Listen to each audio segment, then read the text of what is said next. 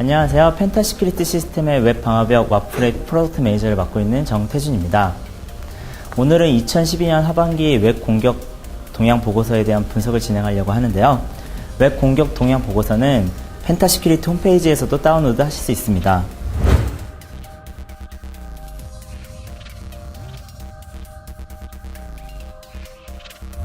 올해부터는 보다 많은 분들과 정보 공유를 위해서 동영상으로도 제작을 하고 있으니 많은 관심 부탁드립니다. 그럼 먼저 웹 공격 동향 보고서에 대해서 간략히 설명드리도록 하겠습니다.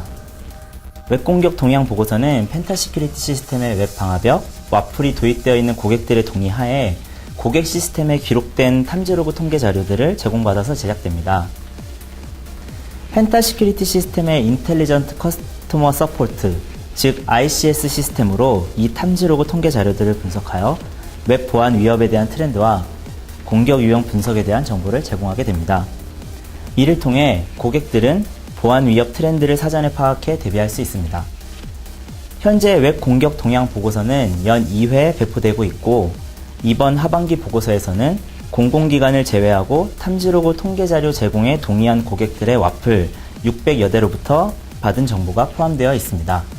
통계 자료의 기간은 2012년 7월 1일부터 2012년 12월 31일까지입니다. 웹 공격 동향 보고서에는 크게 6가지 분류로 데이터를 분석하고 있는데요. 각 항목별로 살펴보기 전에 전체적인 보고서에 대한 내용을 먼저 말씀드리도록 하겠습니다. 이번 2012년 하반기 보고서에서는 2011년 하반기에서부터 2012년 상반기까지 지속적으로 이슈가 되어온 개인정보 유출을 목적으로 하는 공격의 탐지 횟수에 주목할 필요가 있습니다. 2011년 하반기, 2012년 상반기에 이어 여전히 개인정보 유출에 대한 시도가 많았으며, 추가적으로 OWASP 10대 취약점 중에서도 탑3에 위치해 있는 치명적인 공격인 쿠키 포이즈닝 공격에 대한 탐지도 증가하였습니다. 쿠키는 특정 사이트에 접속한 정보에 대한 기록들을 남겨놓기 때문에 항상 위험에 노출되어 있습니다.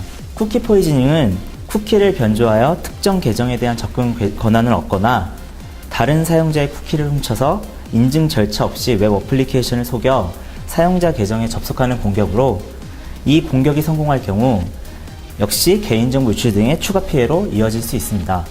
이는 결국 최근 웹 어플리케이션단의 개인정보 유출 시도가 크게 증가하고 있고, 웹 어플리케이션 방화벽이 더 이상 개인정보를 보호함에 있어 보조적인 역할이 아닌 필수적인 보안 솔루션이라는 것을 의미합니다.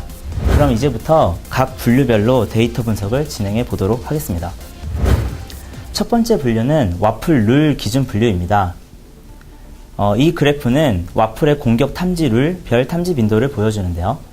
2012년 하반기 동안 리퀘스트 헤더 필터링 룰에 의해 탐지된 공격이 가장 많았고, 그 다음이 익스텐션 필터링, 그 다음이 에러 핸들링 순이었습니다. 리퀘스트 헤더 필터링 룰의 경우 웹 브라우저에서 정상적으로 보내는 HTTP 리퀘스트 요청문과 달리 헤더에 필수 요소가 빠져 있거나 잘못되었을 경우 해당 요청을 탐지하는데, 이 요청들은 자동화된 공격 툴 등의 요청과 같은 비정상 요청일 가능성이 높습니다. 익스텐션 필터링 룰에 의한 탐지는 웹사이트에서 일반적으로 사용하는 확장자 형식이 아닌 DLL, conf, INI 등 취약성이 존재하는 파일에 대한 접속 시도를 의미하며, 일반 사용자에게 접속이 허용될 경우 웹서버의 동작 불능, 기밀 정보의 누출 등으로 이어질 수 있는 위험이 있습니다.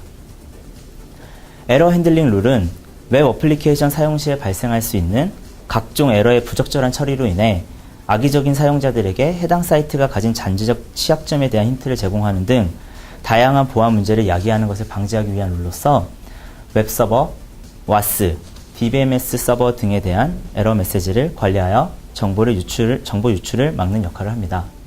두 번째 분류는 OWASP 2010 10대 취약점 기준 분류입니다. 이 그래프는 와플의 룰 탐지 정보를 OWASP 10대 취약점과 대응시킨 공격 유형의 빈도를 보여줍니다. 2012년 하반기 동안 OWASP 10대 취약점 중 URL 접근 제한 실패, 취약점 관련 탐지가 가장 많았습니다. 이는 적합한 권한을 가지지 않은 클라이언트에서 외부에 공개되지 않아야 할 서버 디렉토리에 접근하려는 시도가 많았음을 의미합니다. 세 번째 분류는 웹 공격 출발 국가 기준 분류입니다. 이 그래프는 와플이 탐지한 공격 출발지를 국가별로 분류하여 가장 많이 탐지된 국가를 보여줍니다. 2012년 하반기 동안 대한민국으로부터 공격이 가장 많았고 그 다음 미국, 중국 순입니다. 다만 이 정보는 전 세계 또는 대한민국 전체로 향한 공격 출발 국가로 해석하기에는 무리가 있습니다. 그 이유는 보고서의 대상이 되는 와플들이 대한민국 내의 서버를 대상으로 하는 것이 대부분이고 고객도 일반 기업을 대상으로 한 정보이기 때문에 이를 감안할 필요가 있습니다.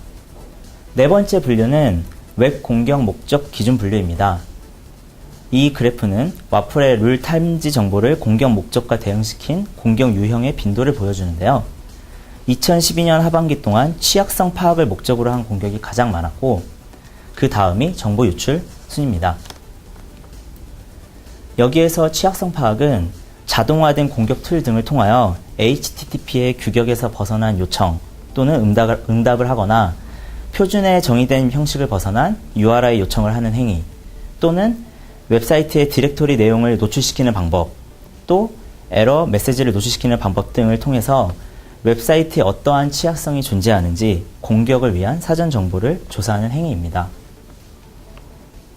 정보 유출은 사이트 내에 주민등록번호나 카드 번호와 같은 중요한 개인정보를 입력하거나 유출 또는 그것이 들어있는 파일을 올리거나 내려받는 행위 등으로 사용자의 개인적인 정보가 유출되는 것을 의미합니다.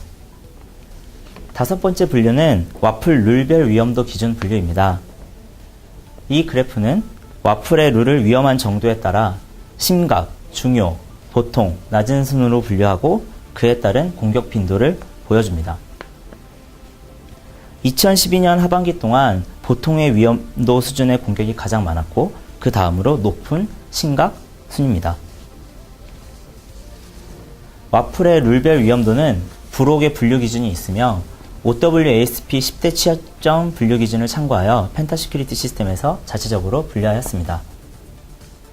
마지막 분류는 웹 공격 동향에 대한 분류입니다. 이 그래프는 위험도가 높은 4가지 공격들의 월별 추이를 나타냅니다.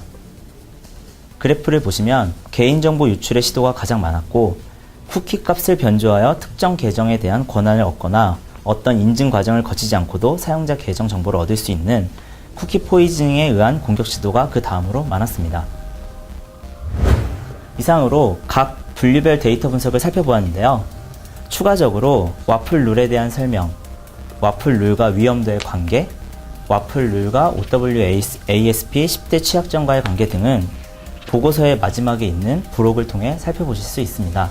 2011년 하반기부터 2012년 하반기까지 웹 공격 목적의 추이를 살펴보면 웹서버 취약성 파악은 64%부터 49%까지 감소하는 추세를 보였지만 정보 유출을 목적으로 한 공격은 14%에서 21%까지 상승하는 모습을 보였습니다. 이는 공격의 성격이 추가 공격을 하기 위한 사전 정보를 파악하는 단계에서 실질적으로 공격을 시도하는 단계로 옮겨가고 있음을 의미합니다. 이처럼 웹 어플리케이션 단을 통해 개인정보 유출을 목적으로 하는 공격 시도가 계속 늘어나고 있기 때문에 보안 담당자 분들께서는 보안정책 수리 시 이 부분 참고 부탁드립니다. 이상으로 2012년 하반기 웹 공격 동향 보고서에 대한 분석을 마칩니다.